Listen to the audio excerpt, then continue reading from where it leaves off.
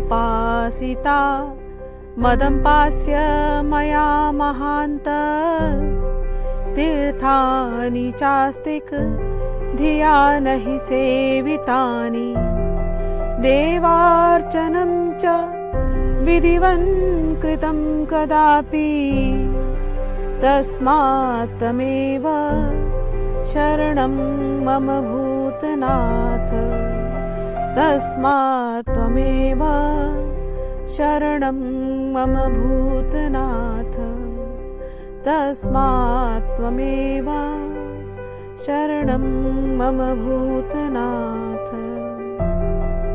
जय माँ, जय बाबा भूतनाथ।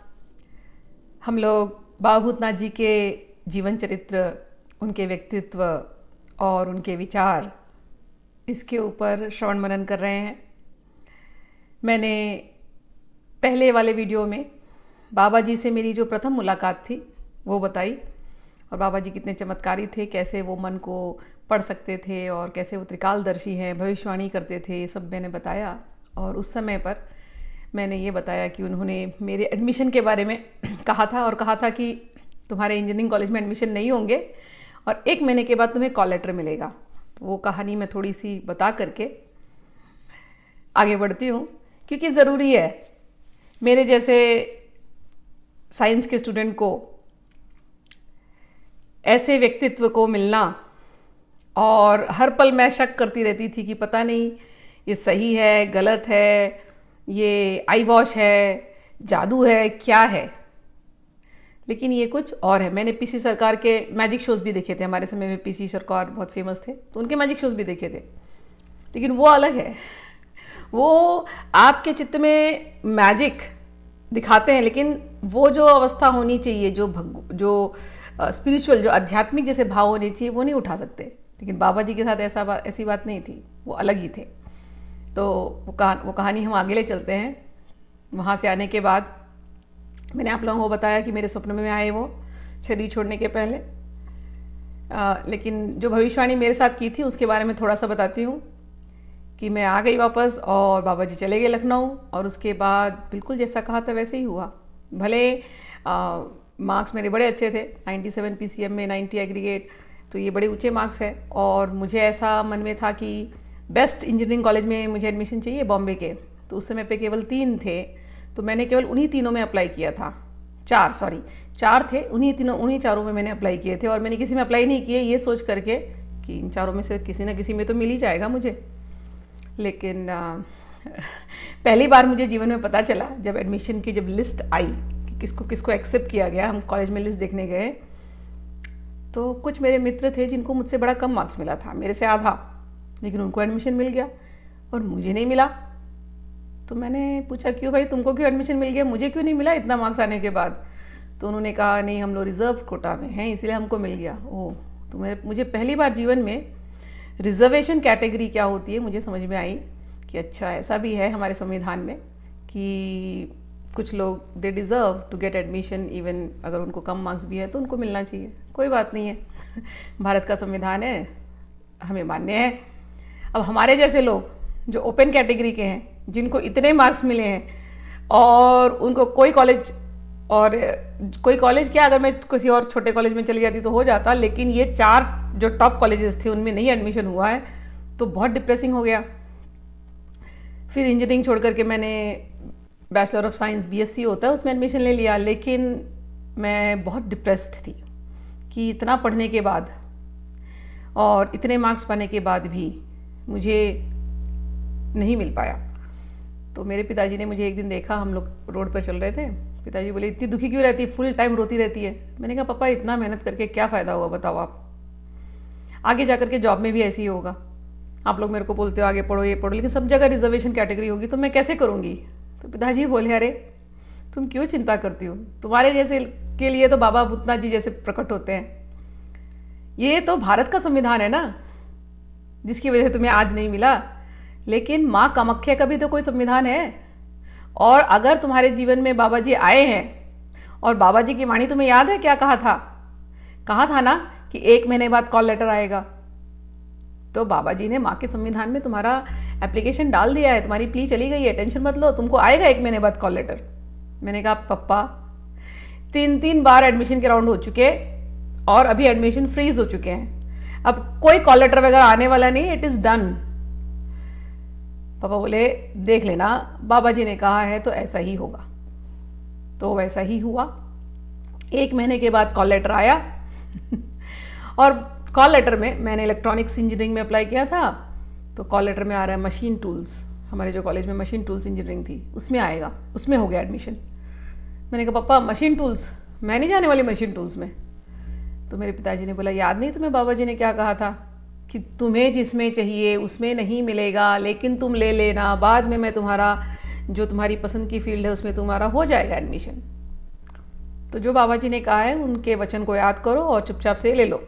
तो मैंने बाबा जी की बात सुन करके, पिताजी की बात सुन करके मशीन टूल्स में ले लिया और अगले साल next year without doing any effort मुझे उन्होंने मूव किया इलेक्ट्रॉनिक्स में, जो मेरी जिस लाइन में मुझे जाना था। तो इस प्रकार से हम लोग, मतलब मेरी इंजीनियरिंग की जो कॉलेज की एडमिशन थी, ये स्टोरी हुई कि वो कॉल लेटर आना लिटरली मुझे 1 महीने के बाद जैसे लेटर आया है, you are called for this admission, जो बाबा जी ने बोला था। और मुझे बाद में इतनी शर्म आई कि ये पहले ही देख चुके थे मेरे जीवन में क्या घटना घटने वाली है, और मैं विश्वास नहीं कर पा रही थी कि ये ऐसे भी देख सकते हैं। मैं तो सोच रही थी इन्हें क्या पता एडमिशन के बारे में, लेकिन बाबा जी हैं। तो ये मेरी पहली उनके साथ जो बोलते हैं ना कि जो मुझे मुलाकात हुई और उसमें इतना कुछ घट गया, इतनी घटनाएं घटी और इतनी भविष्यवाणियाँ, और इतना ही नहीं है, मेरे बुआ के लिए कुछ भविष्यवाणियाँ की थी, मेरे कुछ फ्रेंड्स के लिए भविष्यवाणियाँ की थी, सब की सब जैसी की तैसी बिल्कुल एकदम सही हुई हैं। अब आगे बढ़ते हैं बाबा जी के व्यक्तित्व के बारे में और सुनते हैं। बहुत ही अनूठा व्यक्तित्व और उनका जीवन इतना इंस्पायरिंग है, मेरे लिए तो बहुत इंस्पायरिंग है क्योंकि मैंने बहुत कुछ सीखी। एक बात और शेयर करती हूँ, ये तो जब मैं बाबा जी को मिली थी मैं 17-18 साल की थी, और उसके बाद बढ़ते बढ़ते फिर 24 साल की जब मैं हुई तो मेरी आध्यात्मिकता में तो रुचि तो थी, बचपन से इसी में लगे थे। फिर मेरी कृष्ण भक्तों से मुलाकात हुई, फिर मेरी कृष्ण भक्ति, भगवद गीता शुरू किया मैंने, कृष्ण भक्ति में मैं आगे बढ़ती गई।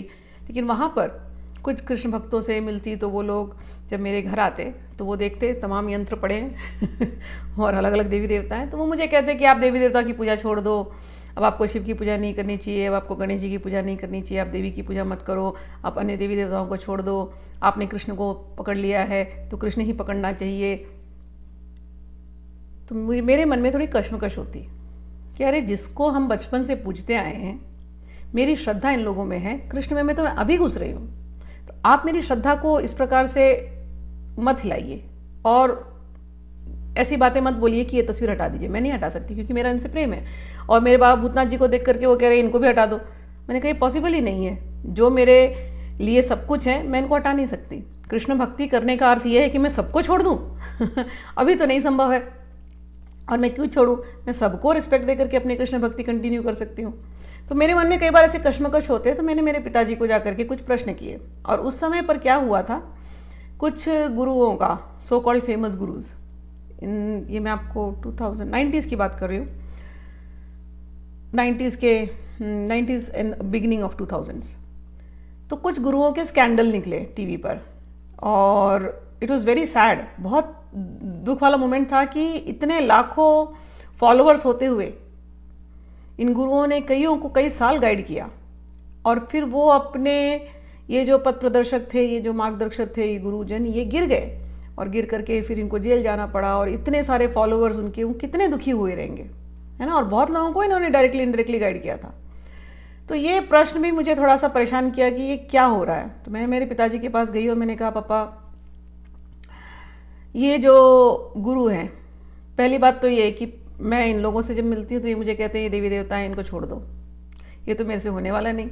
और दूसरी बात ये कि जब गुरु गिर जाते हैं इस प्रकार से और उनके चरित्र थोड़े से ठीक नहीं प्रकट, जब उनके गलत चरित्र प्रकट होते हैं तो उन शिष्यों का क्या होता है।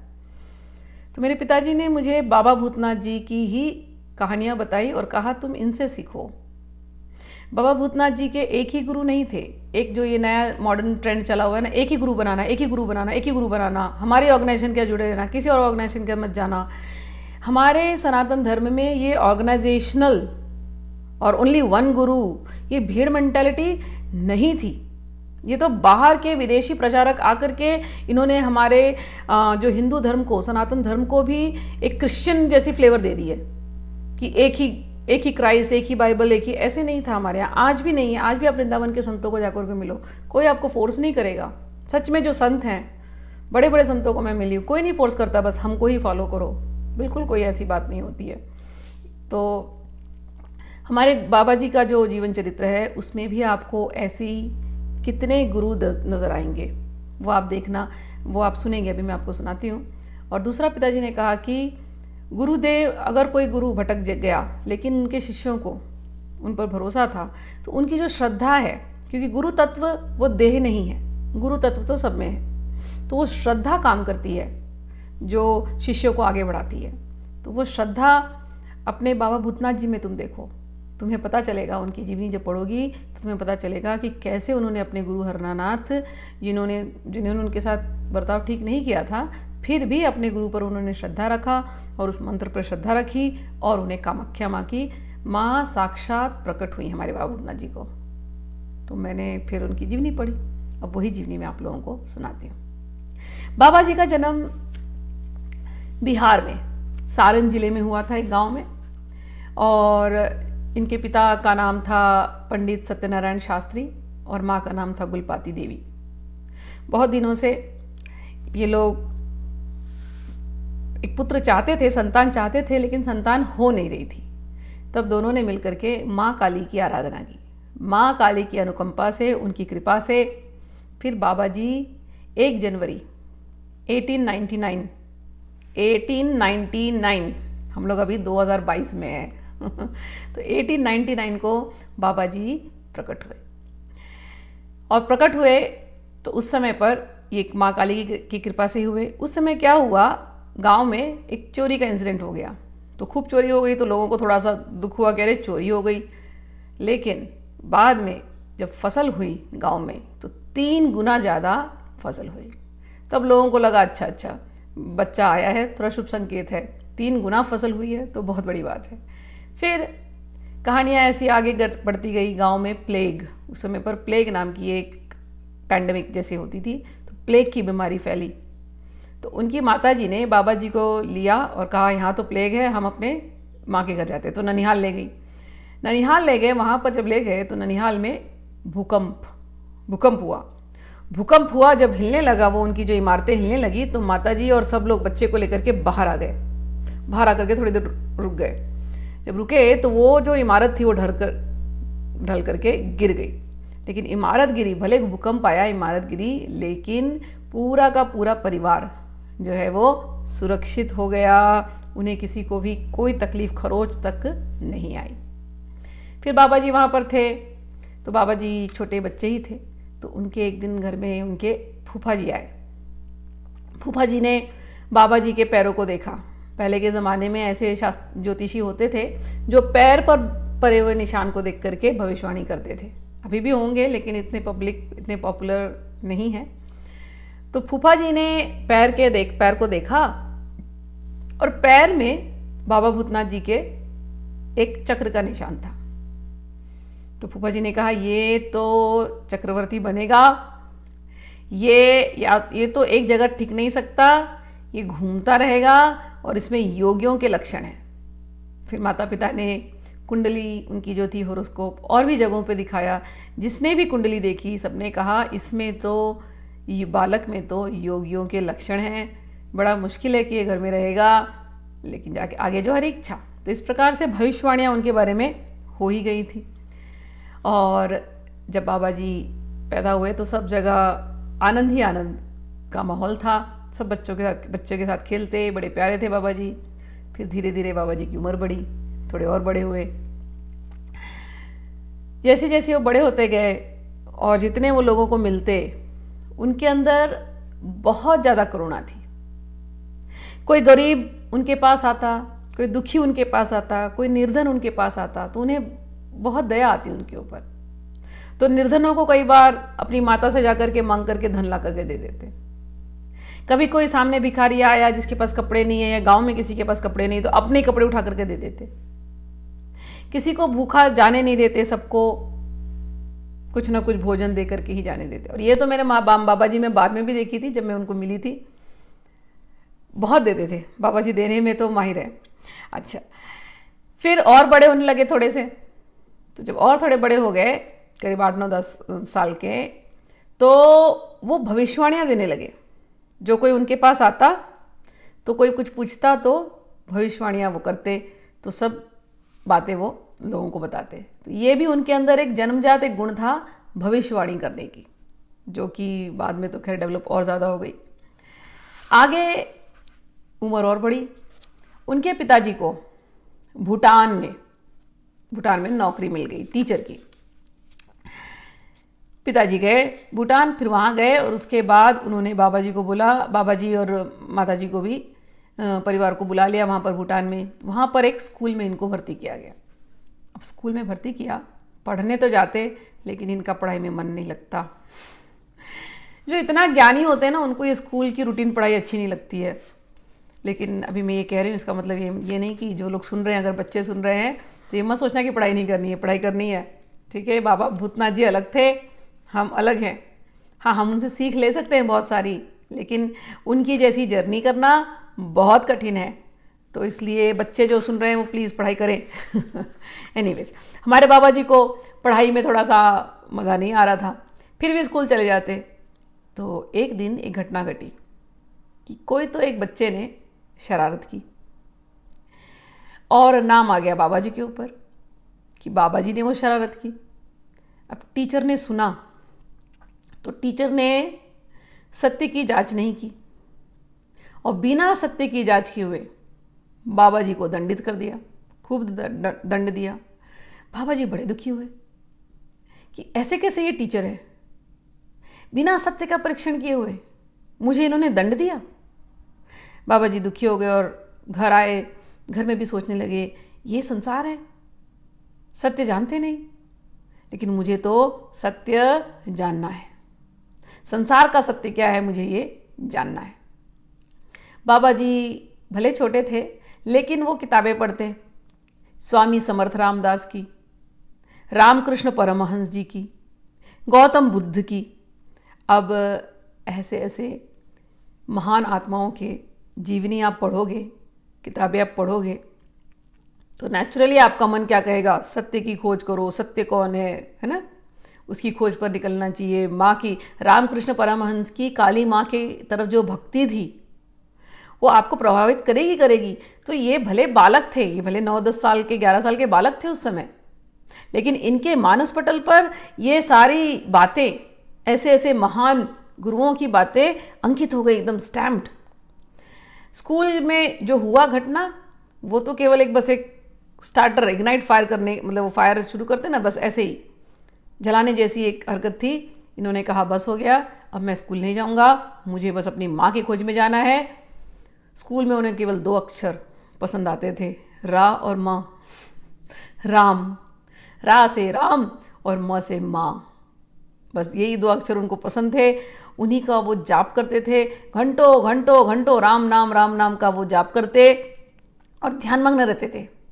और जब ये घटना घटी, वो घटना और राम नाम का जाप और माता को मिलने की ऐसी उत्कंठा, बाबा जी से रहा नहीं गया। डिसाइड कर लिया कि अब हम घर छोड़ करके जा रहे हैं। उस दिन शाम को 4:30 बज रहे थे, सूर्यदेव अस्ताचल को जा रहे थे, सनसेट होने वाला था। मानो कि ये कह रहा हो कि इस तेजस्वी बालक का जो अब तक की ये जो जीवन यात्रा थी संसार में, अब वो अस्त होने वाला है। अब तो ये और प्रखर होकर के बाद में आएगा। ये तेजस्वी बालक की प्रखरता पूरा विश्व जानेगा।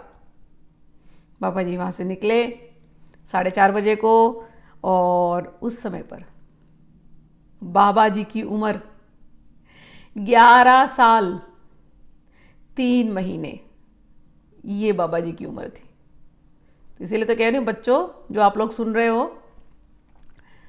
बाबा जी की नकल नहीं करना। बाबा जी की भावना अलग थी, बाबा जी अद्भुत थे। 11 साल 3 महीने की की उम्र में वो घर से निकले, घर से कुछ भी लेकर के नहीं गए। जो कपड़ा पहना था वही कपड़ा पहन करके भूटान से निकले दार्जिलिंग की ओर। निकल तो गए, शाम के 4:30 हो गए, आगे बढ़ते गए। पूरा रास्ता बहुत ही सुंदर, पहाड़ी, मनोरम रास्ता। और धीरे धीरे अंधेरा जब होने लगा, थोड़ी देर तो रोशनी थी, तो सब कुछ बड़ा अच्छा लग रहा है। अरे वाह, क्या हरियाली है, शांति है। और उनको मन में इतना उत्साह कि हाँ, यहाँ कहीं हमें कोई महात्मा मिल जाएंगे, ऐसी जगहों में ही तो महात्मा होते हैं, किसी न किसी महात्मा के आश्रम में हम जाएंगे, हम सीखेंगे, साधना पथ पर हम अग्रसर होंगे। इस जोश में निकले घर से। फिर थोड़ी देर में अंधेरा हो गया। अब अंधेरा हो गया तो अब उन्हीं जंगलों में आवाज़ें आ रही हैं अलग अलग जानवरों की। अब बच्चे हैं, घर से केवल एक जोड़ी कपड़ा पहना था, वही पहन के निकल गए हैं। भूख भी लग रही है और डर भी लग रहा है, और टेम्परेचर, बाहर का वातावरण ठंडा होने लगा, ठंडी लगने लगी, कांपने लगे। अब चले जा रहे हैं, दूर दूर तक कुछ दिखाई दे नहीं रहा है। अब कहाँ जाएं, क्या करें? माँ का नाम लेते हुए जय माँ जय माँ जय माँ जय माँ करते करते निकलते गए। बहुत आगे गए तो उनको दूर से घंटी की आवाज़ सुनाई दी, और ऐसे लगा जैसे कहीं भजन हो रहा है। तो बस वो जहाँ आवाज़ सुनाई दी वहाँ उस तरफ गए, और थोड़ा नज़दीक गए तो उन्हें वहाँ से थोड़ा सा रोशनी दिखाई दी, आग लगाई हो किसी ने, वैसे गए। अब चले गए वहाँ पर, उसी जगह पे वहाँ गए तो वहाँ पर एक आश्रम था बाबा जी का, एक दूसरे बाबा का आश्रम था। उन बाबा का नाम था संत रामदास। तो उस रात को ऑलमोस्ट समझो कि 11-12 बजे के आसपास, 4:30 से निकले हुए थे ये घर पर, 11-12 बजे के आसपास रात को संत रामदास की कुटिया में पहुंचे और कहे मुझे तो बहुत भूख लगी है, कुछ खाने को मिलेगा। संत रामदास ने कहा भैया तुम साधु के कुटिया में आ गए हो, साधु की कुटिया में केवल एक बार खाना मिलता है, बच्चे अभी तो खाना कुछ नहीं मिलेगा, तुमको मैं पानी देता हूँ, जल ले लो। संत रामदास ने अपनी जो तुम्बी थी उसके अंदर जल था वो दिया और बोला अब तुम यहाँ आराम कर लो। तो बाबा जी वहाँ आराम किए रात भर। छोटे बालक, 11 साल 3 महीने के बालक, पानी पिए, भूखे रहे, रात भर आराम किए, सुबह उठे। अब सुबह भी भूख लग रही है, लेकिन साधु की कुटिया में मिलेगा क्या? साधु की कुटिया में जो लोग थे, थोड़े 2-4 लोग, वो लोग खाना बनाए, दोपहर को बनाए भोजन। वो भी भोजन बनी खिचड़ी। खिचड़ी में क्या पड़ा था? केला जो होता है ना, केले का जो ट्रंक, उसके अंदर, उसी के केले के छाल से, उसी के से ही खिचड़ी बनती है। केले के ट्रंक के अंदर ना एक ट्यूब जैसा होता है, उसको काट करके उसको हम पका सकते हैं। तो वो लेकर के, और जो जंगली जो जड़ी बूटियाँ वगैरह कुछ थी, पत्तियाँ थी, साग सब्जियाँ, उनको लेकर के, और फिर जो भी चावल दाल होगा उसको मिला करके, फिर 2 बजे के आसपास गरम गरम खिचड़ी, भोग लगा भगवान को, और फिर गरम गरम खिचड़ी तब जा करके बाबा जी को मिला। तब तक तो वो ऐसे ही थे। अब वहाँ रहने लगे बाबा रामदास जी के यहाँ।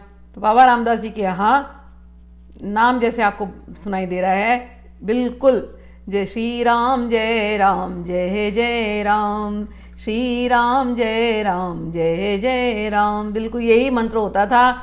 और बाबा जी वहाँ पर रहने लगे, और उनको भी संत रामदास ने राम जी का मंत्र दे दिया। तो बाबा जी मंत्र जाप करने लगे। थोड़े दिन बीते, अभी तो बच्चे ही थे, धुनी भी लगाने लगे उनके साथ बैठ करके, सीखा धुनी कैसे लगाते हैं, खूब धुनी लगाया। खूब उनके आश्रम में गौवें थी 1-2, तो गौओं की सेवा करना और ये सब काम करते रहे। लेकिन बच्चे थे तो उनको माँ की याद आने लगी। तो बोले बाबा संत रामदास जी को बोले कि मुझे माँ की याद आ रही है, अब मैं माँ वापस जाना चाहता हूँ माँ के पास। संत बोले ठीक है चले जाओ माँ को मिल लो।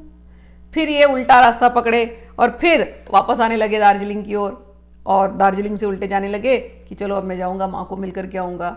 लेकिन रास्ते में गए, आगे आगे जाने लगे, आधे रास्ते तक गए होंगे, और फिर आधे रास्ते में उनका मन बदल गया कि नहीं, ये माँ तो है ही, लेकिन मैं तो घर से निकला था अपनी जगत जननी, अपनी माँ को देखने, मुझे उसी जगत जननी के दर्शन करने हैं। तो अब मैं रास्ता भटकूंगा नहीं, अब मुझे अपनी माँ को नहीं, मुझे ये संसार वाली माँ को नहीं, मुझे तो उस जगत जननी के ही दर्शन करने हैं। ऐसा उन्होंने संकल्प किया और फिर अपना रास्ता उल्टा किया, वापस अब दूसरी जगह चले गए।